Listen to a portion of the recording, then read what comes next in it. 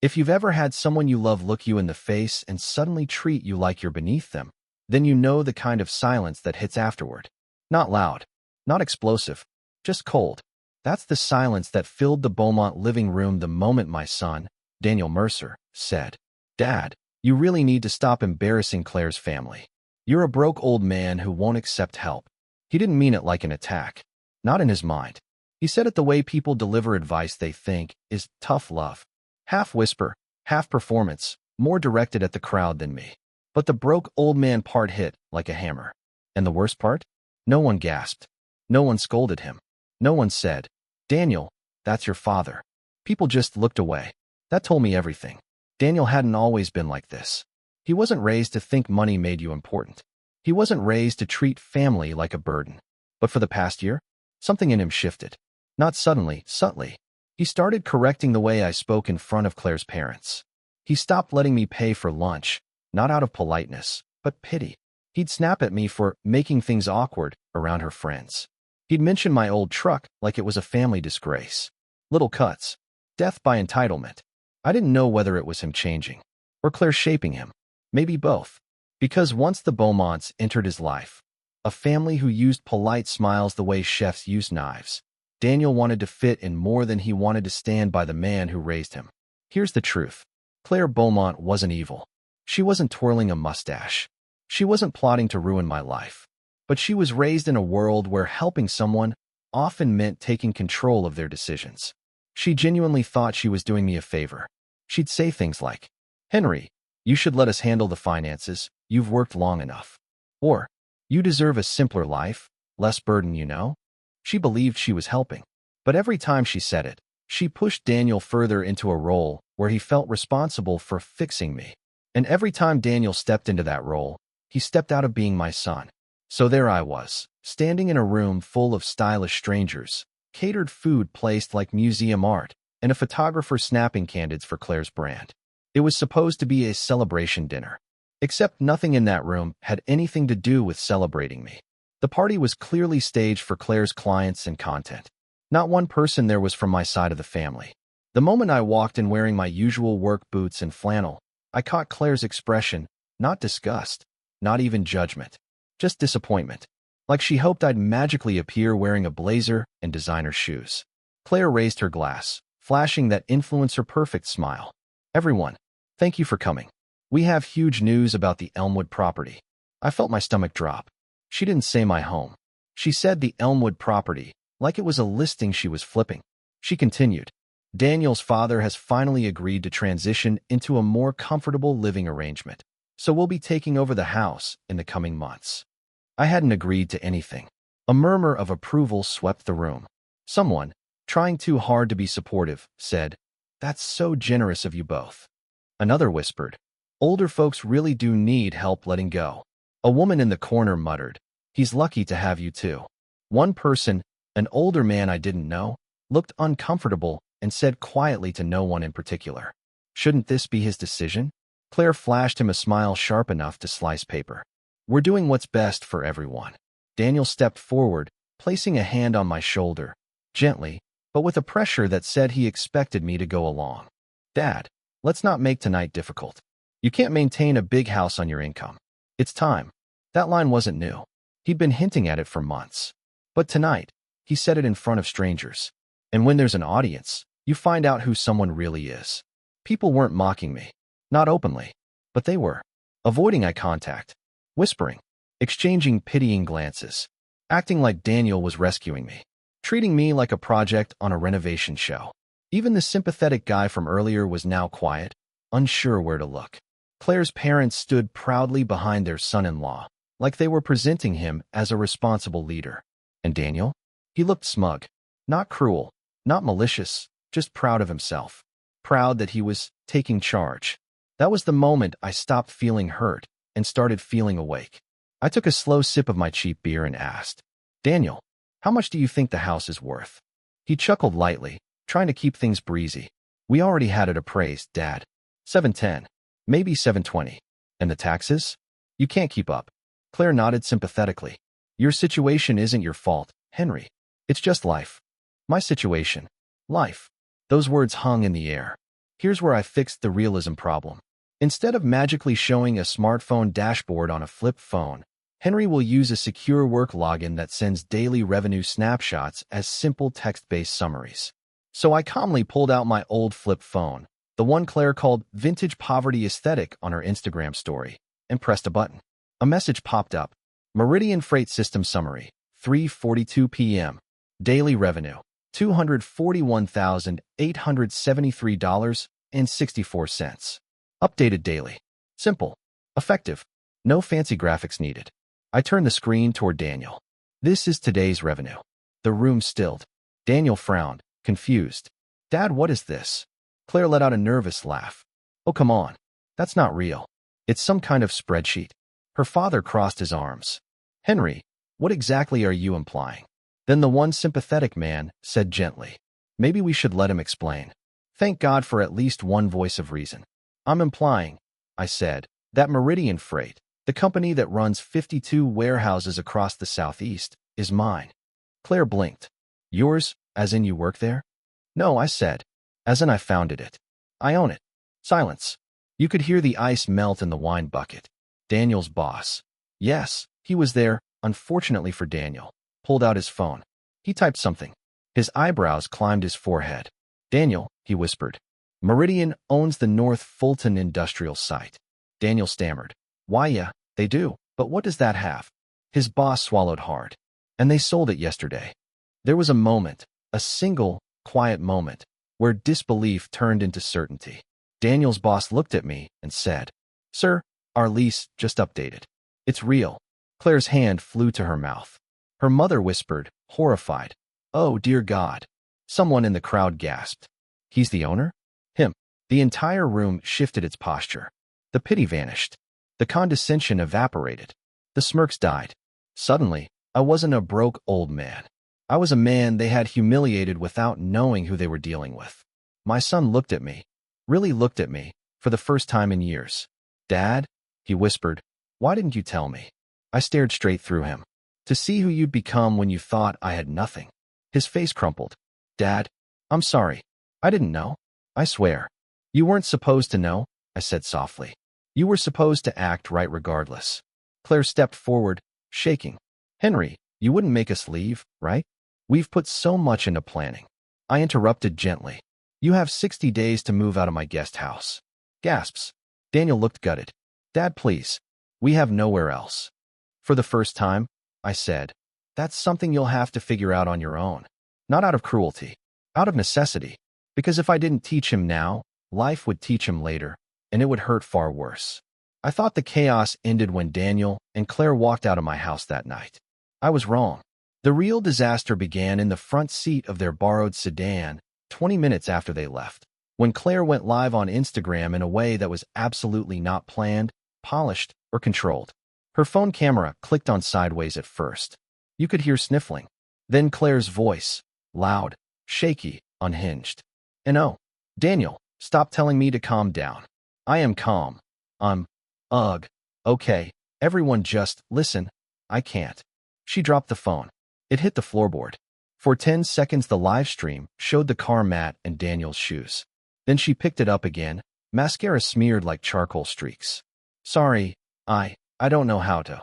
Okay. Guys, something insane just happened and I don't.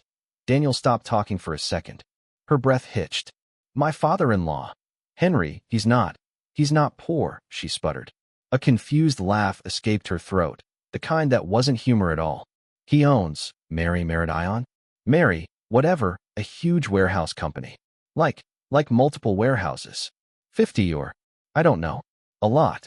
Daniel tried grabbing the phone. Claire, end it. Seriously. This isn't. And no, she snapped. People need to know we didn't know. Everyone thinks we were trying to take advantage, but we didn't know. She wiped her nose with her sleeve. And then she said the line that launched the firestorm. We tried to take his house because we thought he was broke. But he's some kind of quiet millionaire. And he literally destroyed our lives in front of everyone. Daniel cursed under his breath. Claire, stop. Please. Just stop. No. I need people to understand. We aren't horrible. We were stupid. She started crying again, ugly, uncontrolled sobbing. And then the screen froze because she lost connection. And just like that, the meltdown ended. But the damage? Just getting started. It didn't blow up instantly. Not until one mid-tier influencer, a reaction TikToker named Mila writes, stitched the clip with, "Y'all, this girl tried to evict a secret millionaire FIL and didn't know?" Mila had 200K followers. Within an hour, Claire's followers jumped not to 22K, but to 17K, then 19K, then 21K. People weren't following her out of love, they were watching the disaster. Then a bigger creator with 500K followers reposted Mila's video. Then someone added dramatic music. Then someone made a meme of Claire screaming, "We didn't know." By sunrise, the clip wasn't global, but it was trending on Southern drama, family fails, and rich people problems hashtags. Enough that Claire couldn't hide it. Not even close. 3 days later, Daniel showed up at my house again. Not in a pressed shirt. Not styled. Not shaved. Just wrecked. He didn't wait for me to invite him inside. "Dad," he whispered, "they're restructuring my entire department." "Is it because of you?" I asked. "No," he said quickly. "It's because the warehouse we use, the one you sold, is switching ownership and lease terms. They're freaking out because half our supply chain is changing overnight." He rubbed his eyes. "My boss doesn't think I lied. He's just scared. Everyone is. They're reevaluating contracts, budgets, everything." His voice cracked. "And I'm the idiot who didn't even know my own father owned the building." He let out a hollow laugh. "Do you know how stupid that makes me look?" Claire didn't come with him. Not at first. She was too busy fighting the fallout. And the fallout was brutal, but believable. A home decor brand posted, "We value professionalism. We are pausing all collaborations with Claire Beaumont Design." One of her clients made a passive-aggressive Instagram story. "Always vet who you work with. Character matters." Someone leaked a group chat screenshot of designers laughing about her meltdown. Another influencer posted a kind reminder, "Don't publicly melt down about your in-laws." Not one nuclear explosion, just a series of small grenades. And it crushed her. The next evening, the Beaumonts came to my door. Not confident, not elegant, just uncomfortable. Charles spoke first. "Henry, I hope you know none of this was our intention." Patricia kept her eyes down. "For what it's worth," she said quietly, "we're embarrassed. We should have asked more questions. We made assumptions." She swallowed. "And we shouldn't have pressured Daniel the way we did. They weren't villains tonight. Just flawed parents trying to climb out of a hole they helped dig." I nodded politely. "But forgiveness?" "Not yet." That night, just as I thought things were over, Daniel returned alone. He sat on the porch step. Not the chair, like a kid who'd run away and didn't know how to ask to come home. "I haven't slept in 2 days," he murmured. "I can't eat. I can't stop thinking about the look you gave me that night." He wiped his nose with his sleeve. "I deserved everything you said. I did. And the worst part? I did all of this because I thought I was being a good husband. I thought Claire needed me to step up. I thought you couldn't take care of yourself." He let out one broken laugh. "I didn't just underestimate you. I erased you. For the first time since this whole thing began." My chest tightened. A small, painful crack. But I didn't say anything. Not yet. The next day, Claire came. Not glam. Not composed. She stood at the edge of the driveway, twisting a crumpled tissue. "Henry." She paused, then sighed. "I don't know how to apologize for everything without sounding like I'm making excuses." Another pause. "So I'm going to mess it up. I'm sorry if I do." She wiped her cheek. "I really thought I was helping you. I really believed you needed us. I didn't think you were incapable. I thought you were alone. And that terrified me, because I don't know how to help anyone without taking over." She winced. "That's not an excuse. That's my flaw." Then she tried handing me a letter, but jerked it back nervously. "Actually, sorry, I shouldn't. I mean, you can have it if, I don't know. Sorry. It was messy. Awkward. Not polished. Human." I took the letter gently. And for the first time, Claire didn't flinch. When they both started walking away, I felt something tighten in my throat. Just for a second. One breath, shaky enough to betray every emotion I'd been holding back. I gripped the armrest of the porch chair so hard my knuckles went white. Because the truth was, I wasn't angry anymore. I was tired, hurt, and a little scared of how close I'd come to losing both of them. Not because of money, but because of pride. But I didn't call them back. Not yet. They still had more to learn. The morning after Claire's meltdown, the world felt strangely quiet. like the calm after a tornado decides it's done destroying things. I didn't hear from Daniel until almost noon. Not a call, just a short text. Dad, I'm scared. He called me from the parking lot of his office. His voice was hoarse, small. They didn't fire me, he said. But, Dad, it's bad. I waited. They moved me to a transitional team. Not a demotion, officially. He let out a bitter laugh. But it is. What did they say? I asked. He took a long, shaky breath. They said the warehouse sale created a critical supply imbalance, and legal is reviewing all decisions tied to our distribution contracts. HR said they can't punish me. No evidence I knew anything. My boss tried to protect me, but the shareholders want clarity, not excuses. He went quiet. I'm not in trouble, but I'm not trusted either. Then, softer. And I deserve that. This time, he didn't sound like a man defending himself. He sounded like a man finally seeing the damage. That evening, Claire knocked on my door. Her eyes were swollen. Her voice sounded scraped raw. My parents are furious, she said. Not because they care what happened to you. Because I embarrassed the Beaumont name. She imitated her father's voice, bitterly. You made us look like predators. Do you realize how this makes our family appear? Then her mother's. We supported you, Claire. And you repay us by broadcasting private matters to the world. Her throat tightened. They're angrier about their reputation than my feelings. She rubbed at her nose, still trembling. I don't even know who I am without worrying about how things look. I built my entire life out of optics. And now? Now I feel empty. A beat passed. And I think that emptiness has been growing for a long time. She didn't cry loud. She didn't collapse. This time, she was heartbreakingly quiet. After she left, I sat alone on the porch. The sun was dipping low, the air cooling. And out of nowhere, I remembered something. Daniel, age 9, standing in this exact yard, hands covered in dirt, holding up a crooked wooden birdhouse. He'd looked up at me and said, "It doesn't matter if it's perfect, right, Dad? As long as I tried." That memory hit me like a punch. Because somewhere along the years, my silence, my refusal to share who I really was, had let him forget that lesson.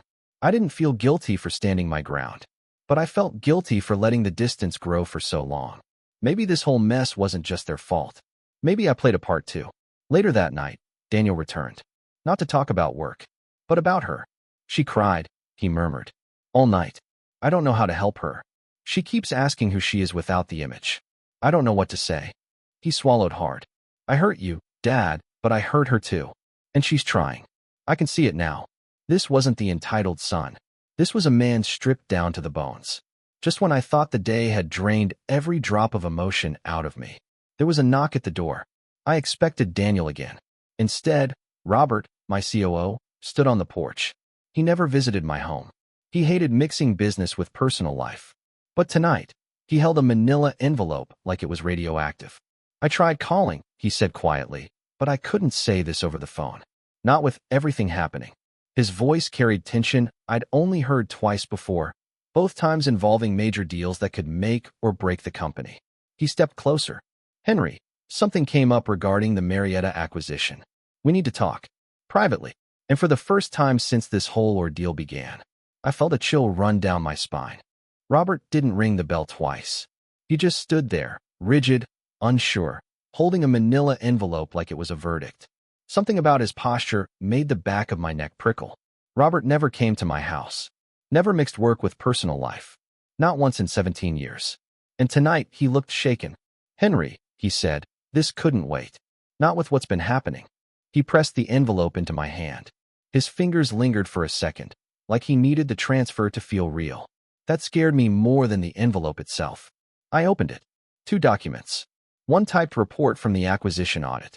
One handwritten note from Margaret. Except, neither gave me clarity. They gave me questions. The first page of the report had redactions, thick black lines blocking half a paragraph. The second page had a signature date that didn't make sense. The third listed Patterson Industrial as the buyer. But the financial backing was credited to BH Group, not Beaumont Holdings. Just initials. That's not confirmation, I said quietly. No, Robert agreed, but it's a pattern. He flipped to the 4th page, pointing at a line that hadn't been redacted. Subsidiary crosslink, pending verification. Possible silent equity partner involved. My pulse kicked. Is this Beaumont Holdings? Robert hesitated, a rarity for him. We think so, but we can't verify it yet. The shell structure is complicated. Intentionally.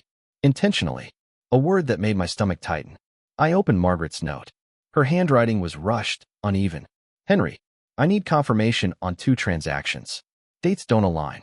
Could be coincidence or not. Call me. M. The dates didn't align. The redactions hid names. The shell company used initials. This wasn't clean. This wasn't convenient. This was intentional obfuscation, the kind companies use when they don't want their fingerprints on something. I felt dizzy. Not from shock. From interpretation. Because I was starting to understand something terrifying. Patricia Beaumont didn't want Meridian. She needed Meridian. I looked at Robert. Why now? Why come after my company now? He exhaled, long, slow, steady. Beaumont Holdings lost their primary freight partner 6 months ago. Their expansion plans stalled. They're bleeding money on distribution delays. If they don't secure a logistics arm soon, they're going to lose millions, maybe tens of millions. A beat. They targeted Meridian because you run the biggest independent freight network in the region. If they absorb you, they save themselves. I sank back in my chair. They used my son, I whispered. They tried, he corrected carefully. But they misjudged you. A sick heaviness settled in my chest. Because there it was. Not greed. Not malice. Desperation. The Beaumont empire was cracking. And Patricia was using my family as glue. For a moment, I couldn't speak. I tried. But the report blurred, and a memory hit me so suddenly I almost dropped the papers. Daniel, maybe 8 years old, sitting at the kitchen table, legs swinging, telling me, Dad, when I grow up, I want to help your company. I want to be like you. And now? Now he was being manipulated by people who saw my company as prey. My knees weakened. I sat down slowly because I wasn't sure I could stay standing. This wasn't just business. This was personal in a way I hadn't prepared for. While Robert waited, my phone lit up. 3 missed calls, Patricia Beaumont. 1 voicemail. Urgent, please call back. 7 texts from Claire. My mom keeps calling, please don't answer yet. Patricia never called me. Not even once before this week. I didn't need to hear the voicemail to know the tone. This wasn't guilt. This was damage control. As I sat there absorbing the implications, the door opened and Daniel stepped inside. He froze when he saw Robert. What's happening? He looked between us, eyes widening when he saw the paperwork. You're talking about the warehouse sale, he said. What did we find? His voice shook. Still guilt-ridden. Still broken. Still not fully steady. Exactly the flawed realism he needed. I handed him the partially redacted report. He read. His hand started shaking halfway through page 2. Then he whispered, This has to be wrong. My mom wouldn't, she. He stopped. His eyes landed on the initials, BH Group. The date discrepancy. The redacted financing line. Slow, painful realization washed over him. Dad, his voice cracked. She used us. Used Claire. Used me. He sank into a chair, gripping his hair. This whole time, I thought I was protecting Claire. But they were using her to get to you. To get to your company. Then anger flashed, sharp, unfamiliar on him. I won't let them touch Meridian, he said, teeth clenched. I don't care what they planned. Not anymore. This was not perfect redemption. This was raw, uneven, flawed. Exactly what you wanted. A minute later, Claire burst through the door, breathless. My mom is. She froze when she saw the documents spread across the table. She picked one up, scanning it. Her voice trembled. My mom would never. But then she stopped. Her eyes caught the transaction date. Then the initials. Another line that referenced family-adjacent leverage. Her hand dropped. Her lip trembled. And then, she broke. Softly. Completely. Oh my God, she whispered. She lied to me. She's been lying for years. I really thought they just wanted stability. I didn't know they were using us. A sob slipped out. Henry, I'm so sorry. Not just for what I did. For what they did. For what I didn't see. She wasn't polished. Not collected. Not eloquent. Just a young woman whose entire identity had been ripped open. Exactly the realism you asked for. Robert cleared his throat. There's one more thing, he said. He pulled out the final page, the one I hadn't opened yet. A letter. From the Beaumont legal team. Sent earlier that day. A request for a meeting. Discussion regarding potential mutual business opportunities. And a line that made my blood run cold. In light of recent instability within your family and organizational structure. They thought my family meltdown made me vulnerable. They intended to strike now. Hard. I looked at Daniel. At Claire. At the brokenness, the fear, the betrayal, the shame swirling between them. Then at the envelope. Then at the word. Instability. My jaw tightened. They think I'm weak, I said quietly. The room went still. They think this family drama makes me an easy target. I stood slowly, not with anger, not with haste, but with absolute clarity. For 17 years, I said, I built my company from steel. Not for prestige, not for ego, but to protect my son's future. I looked directly at Daniel. They think I'm made of wood. Then I looked at the Beaumont letter again. They're about to learn how wrong they are. Daniel inhaled sharply. Dad, what are you going to do? And I answered with the simplest, most dangerous truth. I'm going to take back everything they tried to steal. None of us slept that night. Not Daniel.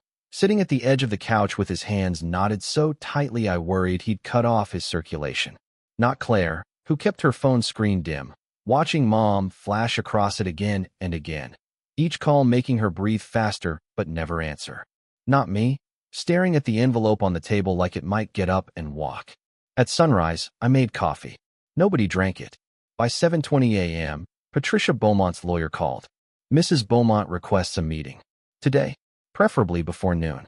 She believes this is best settled privately, without Daniel or Claire present. Translation. She's afraid of witnesses.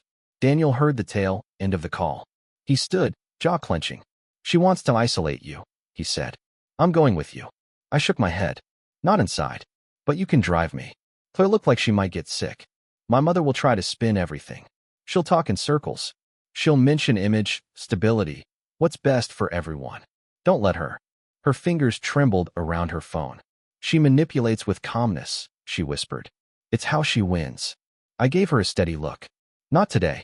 Daniel drove like the wheel was the only thing holding his mind together. Claire sat in the back seat, knees pulled up, silent tears slipping down her face every few minutes. She never sobbed, never made a noise, just wiped them fast, like she didn't think she was allowed to feel. When we reached the Beaumont estate, the scale of it felt different this time. Not impressive. Oppressive. A circular driveway large enough to land a helicopter. A marble fountain carved to look like a woman stepping on a globe. A row of hedges trimmed into perfect geometric shapes. Control. Dominance. Image. And then one detail I never noticed before. A wall of glass cases along the front hall, filled with awards. Not Charles's. Not shared family ones.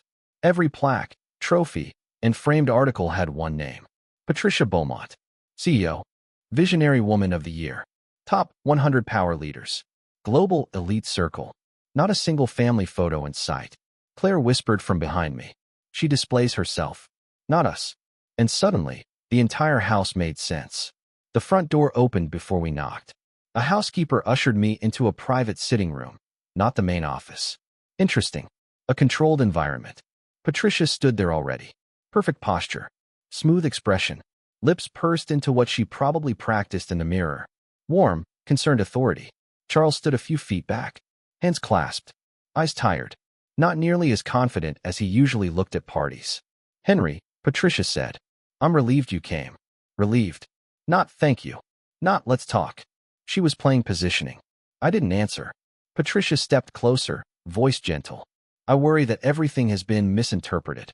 Young people are emotional. They jump to conclusions. I'm afraid Daniel and Claire have misunderstood several business matters and spread unnecessary fear. A smooth tactic. Blame the kids. Dismiss their voices. Position herself as the calm adult. I didn't speak. I simply placed the redacted report on the table. Her eyes flicked to it, barely, then back to me. I see you've been shown documents out of context, she said. That report is incomplete. Intentionally, I replied. She blinked. A tight, fast micro-expression she probably hoped I wouldn't catch. She clasped her hands gently in front of her. Henry, you are allowing outsiders to mislead you. Unverified paperwork. Misread financial statements. Rumors. I expected better judgment from someone with your business experience. Attack his competence. Paint herself as the rational one. She was good. Too good. I didn't respond. I flipped to the page with the mismatched date. Her eye twitched. That is Clearly a clerical error, she said. On 3 separate pages? I asked. Her throat moved. Patricia straightened. If you intend to accuse Beaumont Holdings of misconduct, I must warn you. Our legal team is prepared to respond. These are serious allegations. I'd hate to see unnecessary conflict sour our family's relationship. There it was. The first threat. Framed politely. Wrapped in velvet. But a threat nonetheless. Charles inhaled sharply as if he didn't agree, but Patricia shot him a look that shut him up instantly. Then Charles made a mistake. A big one. He murmured, almost apologetically. Patricia, he's already seen the Patterson financing structure. There's no point pretending. She snapped. Charles. Just one word. Sharp. Uncontrolled. Exposed. Her voice cracked the room open like a whip. Charles took a step back, eyes dropping to the floor. Then he added, quietly, but not quietly enough. He deserves honesty. He lost an entire facility because of the failed materials contract. He has a right to know. Charles, stop. Too late. Failed materials contract. There was her motive. She accidentally spilled the truth by trying to shut him up. Her worst enemy wasn't me. It was her husband cracking under pressure. I turned to Charles. What contract? He swallowed hard. It's confidential, but a major construction partner sued us. We lost a 7-figure settlement. Investors are nervous. Distribution delays are killing us. Patricia stared daggers at him. Then she looked at me, and for the first time, her confidence wavered. She tried to recover. Henry, business fluctuates. These things happen. But your company. She stopped again. Her composure faltered a second time when her phone buzzed on the table. One preview message appeared before she silenced it. Investor board, urgent. Meeting moved to 1:30. Need answers. Her hand trembled as she turned the screen over. Just once. But I saw it. Fear. Pure, tight, cold fear. She wasn't an indestructible villain. She was a powerful woman standing on a collapsing foundation, trying to maintain her posture as the ground moved beneath her. Her voice softened into something thin. Henry, I didn't want it to come to this. I truly didn't. But it wasn't remorse. It was desperation. For a split second, just one, I felt something unexpected. Doubt. A quiet, heavy voice in my mind whispering. Did I hide too much? Did I make myself an easy target? Did my silence create the vacuum they filled? A memory flashed. Daniel at 12, asking why I never bragged about my work like other dads. Me telling him, power means nothing if you have to talk about it. But maybe I left too much unsaid. I almost lost everything because I didn't teach him the rules of predators. The doubt lasted a breath, but it was enough to shake me. Just enough. Then it hardened into resolve. I stepped forward. You underestimated me because I stayed quiet, because I kept my wealth private, because I raised my son to value people over money. And you saw that as weakness. Patricia swallowed. Henry, please. No. My voice stayed steady. You saw a man who didn't show his worth and assumed he had none. You saw Daniel as leverage. You saw Claire as a pawn. And you saw Meridian as a safety net for your failing empire. She closed her eyes. A long breath. Her shoulders, for the first time, slumped. The Beaumont mask cracked. And behind it was not a monster. Just a tired, cornered woman terrified of losing everything she built. She opened her eyes, voice lower. Then you leave us very little room to negotiate. We will proceed accordingly. That was Patricia's version of war. Clean, quiet, corporate. Charles's face dropped. He looked ashamed. I didn't gloat. I didn't deliver a dramatic one-liner. I simply said, I won't let you touch my family again. And left. Silently. The echo of Patricia's unraveling followed me down the hallway. When I stepped outside, Daniel rushed toward me. Dad? What happened? What did she say? I didn't answer immediately. Not until Claire stepped forward too. Eyes red, clutching her sleeves so hard her knuckles were white. Is it over? She whispered. And then, unexpectedly, her knees gave out. Daniel grabbed her before she hit the ground, and she sobbed into his chest. It's my fault, she cried. I should have seen it. I should have known. I trusted her. I always trusted her. She taught me to value perfection over truth. I didn't know how to think for myself. Daniel held her tighter. He looked up at me, not as a man seeking permission, but as a son seeking guidance. Dad, what do we do now? I stepped closer, put a hand on both their shoulders. And for the first time since this all began, I didn't feel alone. We rebuild, I said quietly. Together. The next morning began quietly, too quietly. Not peaceful, not relaxed. Just an uneasy silence that felt staged, like the world was holding its breath before something heavy dropped. Daniel was already awake, pacing the kitchen. Claire sat at the table, staring at her phone, thumb hovering over a contact she couldn't bring herself to call. But she did, finally. She pressed MOM. It rang once, twice, straight to voicemail. Her shoulders slumped.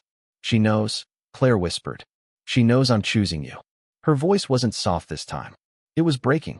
Daniel rubbed her back, but his own hands trembled. He wasn't calm either, not even close. Dad, something's coming, he said. I can feel it. He was right. And it came at 8:12 a.m. From Armitage Capital Group. Subject, Strategic Positioning Inquiry. My breath stilled. Armitage wasn't just any investment group. They were infamous, a firm known for hostile takeovers, aggressive restructuring, forcing ownership changes, gutting companies quietly, and walking away with the bones. If Armitage knocked, someone had already prepared the door. I opened the email. It wasn't vague. It wasn't cautious. They requested a meeting regarding a potential acquisition conversation. A clinical way to say, we hear you're unstable. We're circling. Prepare yourself. Claire covered her mouth as she read over my shoulder. My mother knows Armitage's CEO, she whispered. She must have called him days ago. She was planning this before you confronted her. Daniel swore under his breath, not loud, but sharp. She set this trap weeks ago, he said. She just waited for the moment we were weakest. His anger wasn't pure. It was tangled with shame. Dad, I helped her without even realizing. I defended her. He stopped, jaw tightening. This is on me. It's not, I told him. He didn't believe me. Not yet. My phone rang again. Margaret. Her voice, normally calm and measured, came in too fast. Henry. Okay. Listen, Armitage is sniffing around. Someone fed them internal metrics. I don't know who yet. And Beaumont Holdings just sent informal questions to 2 of your minor shareholders. She exhaled sharply. This is not nothing. This is strategic pressure. Patricia's fingerprints are all over it, even if she didn't sign the emails. She stopped, just for a second. Then, uncharacteristically, damn it, I told you she was dangerous. Hearing Margaret swear was like watching a statue crack. Henry, I need you to stay calm, she said. If we react impulsively, we lose control of the narrative. The narrative. Exactly what Patricia was trying to weaponize. After the call, the room felt too small. Daniel and Claire watched me, waiting, depending, silently pleading for reassurance. And the truth? For a moment, I faltered. Just a breath. I felt a flicker of fear, a whisper of guilt, a surge of anger, a temptation to retaliate instantly, a pulse of protectiveness so strong it hurt. I thought, maybe Patricia was right. Maybe hiding everything for so long made this easier for her. But that doubt didn't stay long. It sharpened into something else. Resolve. Claire stood suddenly, pacing, shaking. I can't let her do this, she said. I can't watch her ruin another person I love. This is what she does. She pushes, controls, curates. She always taught me the same line. Claire's breath caught. People believe what you show them, not who you are. Her voice cracked. That's how she lives. That's how she built everything. And it's how she destroys anyone who steps out of her script. She wasn't passive now. She was terrified and furious. Daniel slammed his fist softly against the counter. Not enough to break anything, but enough to show he was unraveling. I swear, he muttered, if she ruins this company, if she hurts Claire again, if she drags you through more, I'll confront her myself. But then his voice cracked too. But what if I'm the reason she targeted you in the first place? Daniel, I said firmly, look at me. He did. You were manipulated, not responsible. His eyes watered, but he nodded, barely. Flawed. Human. Completely overwhelmed. Exactly right. I finally spoke. Calm. Quiet. Clear. We don't respond to Armitage, I said. We don't deny anything. We don't panic. Daniel frowned. Then what do we do? I picked up my phone. I call someone who's been waiting for a story like this. Claire blinked. A lawyer? No. I scrolled through my contacts. Stopped at a name. A journalist. Someone I once helped years ago when their career nearly died. Someone who owed me. And someone Patricia would never see coming. We give the truth to a place she can't control, I said. One piece at a time. On our terms. Daniel exhaled, stunned. Claire whispered. She can't fight sunlight. No, I said softly. No, she can't. Daniel stepped closer. What happens when she realizes you're not reacting? I smiled. Then Patricia will make her biggest mistake. What's that? Claire asked. She'll attack louder. I put my phone on the table. And the louder she gets, the easier she is to expose. Morning light crept in slowly, but none of us felt it. Daniel stood stiff at the counter, staring at a cold cup of coffee he hadn't touched. Claire sat on the edge of the couch, phone in hand, thumb shaking every time the screen lit up, even though the calls she wanted weren't coming. Then one did. A message from Patricia. Claire read it once. Twice. Her breath hitched. She handed the screen to me without a word. It read, "This period is delicate. For everyone's sake, it would be wise to maintain healthy distance from ongoing decisions. Please refrain from unnecessary involvement. No, do not interfere." No threat. Just the smoothest, coldest corporate dismissal I'd ever seen. A velvet glove over a vice grip. Claire wiped a tear with the back of her hand. She never writes like that unless she's already in motion, she whispered. This is her polite way of warning me to stay out of her way. Daniel clenched his jaw. She's starting the attack. At 8:18 a.m., my laptop pinged. From Armitage Capital Group. Subject, preliminary inquiry, Meridian Freight. My chest tightened. Armitage wasn't a rumor. They were a shark. I opened the email slowly, already knowing Patricia must have planted the bait weeks ago. The message was polished, predatory. We understand Meridian Freight may be entering a transitional phase. If leadership seeks strategic partnership or restructuring, Armitage Capital would be interested in initiating dialogue. Translation. We heard you're weak. We're circling. Prepare yourself. Claire sank into a chair, covering her mouth. She must have called them before the dinner party, she whispered. She was planning a takeover even while smiling at you. Daniel let out a shaky breath. I defended her. I helped her without knowing. Dad. God, He stopped, guilt twisting his voice. I shook my head. This isn't on you. He didn't look convinced. My phone rang. Margaret. Except this time her voice wasn't composed. It was strained, rushed. Henry. Okay, listen, she said. 2 minority shareholders filed what they're calling confidence inquiries. They're asking the board whether Meridian is entering instability. I felt a slow burn in my chest. Patricia, I said. Margaret exhaled sharply. Someone fed them selective data. Old numbers. Partial metrics. Enough to make them nervous.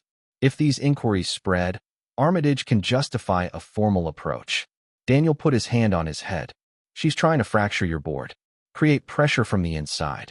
Margaret lowered her voice. Henry. This is the early stage of a hostile play. She's softening the ground. A moment of silence. Then she added quietly. Be careful. She hung up. Not professionally, not cleanly, but like someone who knew something worse was coming. After the call, I rested my palms on the table. The room spun for a second. Because the truth settled hard. Going public meant war. Real war. Not just corporate maneuvers. If I exposed Patricia, she wouldn't just retaliate at the company. She would retaliate at my family. At Daniel. At Claire. At anyone she could reach. For a moment, a breath, fear crept in. Maybe silence would be safer. Maybe fighting her publicly would burn everything. But then I looked at my son. And at Claire, trembling but refusing to break. Silence had protected Patricia for years. It would not protect us now. Claire wiped her face again. She stared at the door. Then at her phone. Then at me. I should talk to her, she whispered. Daniel immediately stepped closer. No. She'll twist your words. You know she will. Claire flinched, because she knew he was right. A memory seemed to hit her. She used to do this when I was little, she said quietly. If I disagreed with her at a party, she'd wait until we were alone to correct me, calmly, with that same tone she used in the message. Her fingers curled around her phone. She scares me, Henry. She always has. Daniel touched her arm. You don't have to go. Claire wiped her eyes, breathing deeply. But if I don't go, she'll think she still owns me. A full beat. A decision forming through fear. Then, I'm going. But I'm not going to beg. I'm going to tell her I'm done letting her decide my life. Not impulsive. Not dramatic. Earned. Dangerous. But necessary. I stepped into the hallway and dialed Alex. He answered on the 5th ring. Mercer. His voice was rough, tired. Haven't heard from you since you saved my job at the Chronicle. Thought you disappeared. Just stayed quiet, I said. He snorted. You always were better at silence than I was. I hesitated. This isn't a story yet. I'm not promising you anything. I just need perspective. A beat. A coffee then, he said. No recorder. No notes. Just two old men trying to understand why the world's still insane. I allowed myself a small breath. 3 p.m. Make it somewhere discreet. I'm on thin ice with my editor. One wrong move, and I'm back to writing about city council meetings. He hung up. Not eager. Not convenient. Human. Good. I returned to the living room. Daniel looked up. Dad, what now? I met his eyes. Now we stop pretending this is a private matter. His brows tightened. You mean? I didn't smile this time. Yes, I said. It's time to pull the curtain back. Claire's breath caught. On my mother? No, I said. On the truth she's been hiding. Daniel swallowed. This won't be easy. It isn't supposed to be. For the first time, the fear in the room didn't press inward. It pressed outward, toward Patricia, because she was no longer the only one who knew how to use a narrative.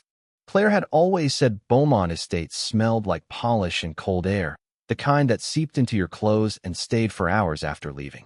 But today, when she walked up the stone steps, she felt something else. Her childhood fear squeezing her ribs. She didn't burst in. She didn't storm. She knocked, softly, out of habit. And the door opened because a housekeeper pulled it open, not because Claire felt entitled to enter. That detail mattered. It reminded her exactly whose world she was stepping into. Patricia waited in the main lounge, posture perfect, hands folded in her lap. A porcelain figure carved out of control and calculation. Claire, she said smoothly, you look tired. That was the opening jab, subtle, polished, designed to destabilize. Claire swallowed, throat dry. I need to talk to you. Patricia gestured to the chair across from her. Sit. We'll discuss this properly. Claire didn't sit. Her knees trembled visibly. She hated that Patricia could still see it. Patricia's tone softened into something dangerous. Darling, whatever Daniel has fed you. Claire flinched. The old obedience kicked in, that reflexive urge to fold, to apologize, to shrink. She actually took half a step back, caught herself, forced herself still. No, Claire whispered, but the word barely made it out. Patricia stood, slowly, and crossed the room like a queen addressing an unruly servant. Claire, she murmured, lifting her daughter's chin with 2 fingers, you have always been emotional. You make impulsive decisions. You misread situations. I've spent your entire life protecting you from that. That was the hook. Her mother's most effective weapon, gentle certainty. Claire's eyes burned. I'm not misreading this, she said, but her voice cracked halfway through, betraying her. Patricia's expression softened into pity. That boy turned you against us. Against logic. Against stability. He's not, Claire began but stopped. Because yes, Daniel had influenced her, but so had Henry. And Patricia hated that more. Claire's hands shook violently. I saw the documents, she tried again. The shell company. The mismatched dates. You tried to destabilize his company so you could. Patricia grabbed both of Claire's shoulders suddenly. Firm. Controlled. You do not understand what is at stake, she hissed. Claire froze. This was the mother she knew.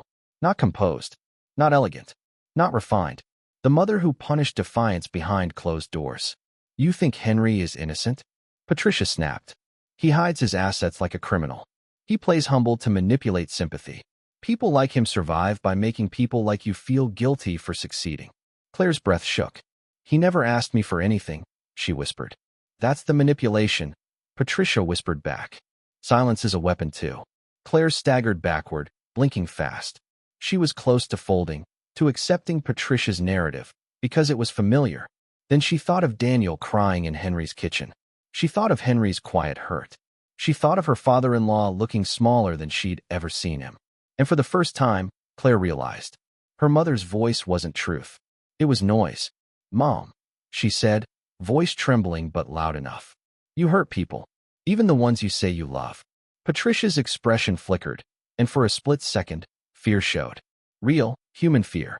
I did everything to protect our name, she whispered. Then why am I the one who's ashamed? Claire asked.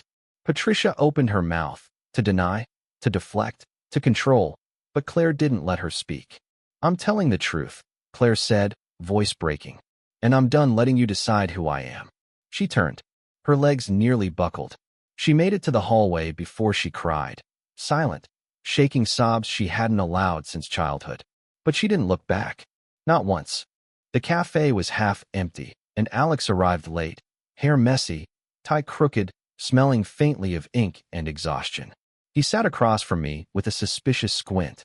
"All right," he said, setting down his bag. "You called in a favor. Don't make me regret it."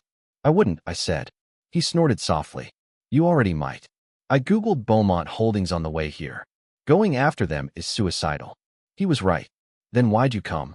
I asked. "Because you saved me once," he said. "And because I hate bullies. And because I've been looking for a story that reminds me why I became a journalist in the first place." He leaned in. "But don't think that means I'll print anything without proof." "Good," I said. "I'm not asking you to." Alex blinked. "You're not?" "No," I said. "Not yet." I slid the documents across the table. He didn't touch them yet. "Henry, if this is just a family feud dressed up as a corporate scandal, I'm walking." "It's not," I said. "And I need you to fact-check it before you write anything." He sighed heavily. "I'll look. But if this blows up in my face, I lose my job." Then, softer. "And if you're wrong, you lose your company." We stared at each other. Equal risk. Equal stakes. Then he finally opened the folder. His eyes widened slightly at the redactions. At the date discrepancies. At the shell structure. At the Armitage inquiry. He didn't say anything for a full minute. Then, "This is bad," he whispered. "Can you verify it?" I asked. "I can try," he said. "But if I poke the wrong person, they'll know someone's talking." "You won't be poking the wrong person," I said softly. "I'll tell you exactly where to start." He looked up at me. "All right," he said. "No promises. But I'll check." And for the first time since this nightmare began, I felt something strange. Hope. Not certainty. Not victory. Just the possibility of light in a dark room. Alex didn't publish a story that day. He didn't talk to any editors. All he did was email a single inquiry to a logistics analyst he trusted. "Can you confirm if Beaumont Holdings is quietly acquiring distressed freight assets?" Just a question. But that analyst forwarded it to a contact. Who forwarded it to a board observer. Who forwarded it to an investor. Not as scandal, as rumor. And companies built on illusion do not survive rumor. By evening, I was driving home when my phone began buzzing nonstop. "Margaret, Robert, Daniel, Claire." Margaret answered first. Her voice wasn't panicked, but it was clipped. "Henry, something's happening." A regional finance blog posted an anonymous note claiming Beaumont Holdings is overleveraged. My pulse kicked. "That wasn't me," I said. "I know," she said. "But the timing is too exact. Something triggered it." Alex. His inquiry had touched the right nerve. Daniel called next. "Dad, turn on Channel 8. Now." A business ticker ran. Unverified reports. Beaumont Holdings faces increased scrutiny from investors. Nothing damning. Nothing conclusive. But enough to make shareholders nervous. Enough to make Patricia furious. When I walked into the house, Daniel didn't run to me. He didn't hug me. He didn't know how. He stood there, eyes glassy, guilt and fear fighting in his expression. "Dad," he said quietly, "I don't know how to say any of this." "I'm listening," I said. He swallowed hard. I didn't see what she was doing. I thought marrying into that family meant I had to become like them. I let her talk about you like you were less. And I let myself believe it because it made me feel. He broke off, voice cracking. "Worth something." I stepped closer. He stepped back, ashamed. That hurt more than anything Patricia ever said. "Daniel," I said gently, "you don't owe me polished words. Just honesty." His breath shook. "I was cruel to you," he whispered. "And I didn't even realize I was becoming her. I'm scared, Dad. Not of losing my job. Not even of the Beaumonts. I'm scared I already lost you." I put a hand on his shoulder. "For a moment," I said. "I thought I lost you too." He closed his eyes. Then he finally stepped forward and held me. Not with certainty, but with desperation. Messy. Human. Broken. Real. Claire arrived moments later, face streaked with tears, but eyes clear. She looked at Daniel. Then at me. Then she said the line that broke something open in all of us. "I thought you'd hate me." "I don't," I said softly. "I never did." She nodded once. Then finally cried openly, letting Daniel pull her close. For a moment, we stood together. Daniel's shame. Claire's pain. My exhaustion. All tangled together in a quiet, Imperfect reconciliation. No neat resolution. No fairy tale. Just truth. And then my phone buzzed again. The last alert of the night. A headline. Beaumont Holdings cancels investor briefing amid stability concerns. The first real crack. Not enough to sink them, but enough to scare them. I turned off the phone. Whatever happened next would take time, months, maybe. But the spell was broken. Patricia's story no longer controlled us. And for the first time in years, I felt something I didn't expect. Light. Not victory. Not triumph. Just light. A slow, steady glow breaking through the quiet.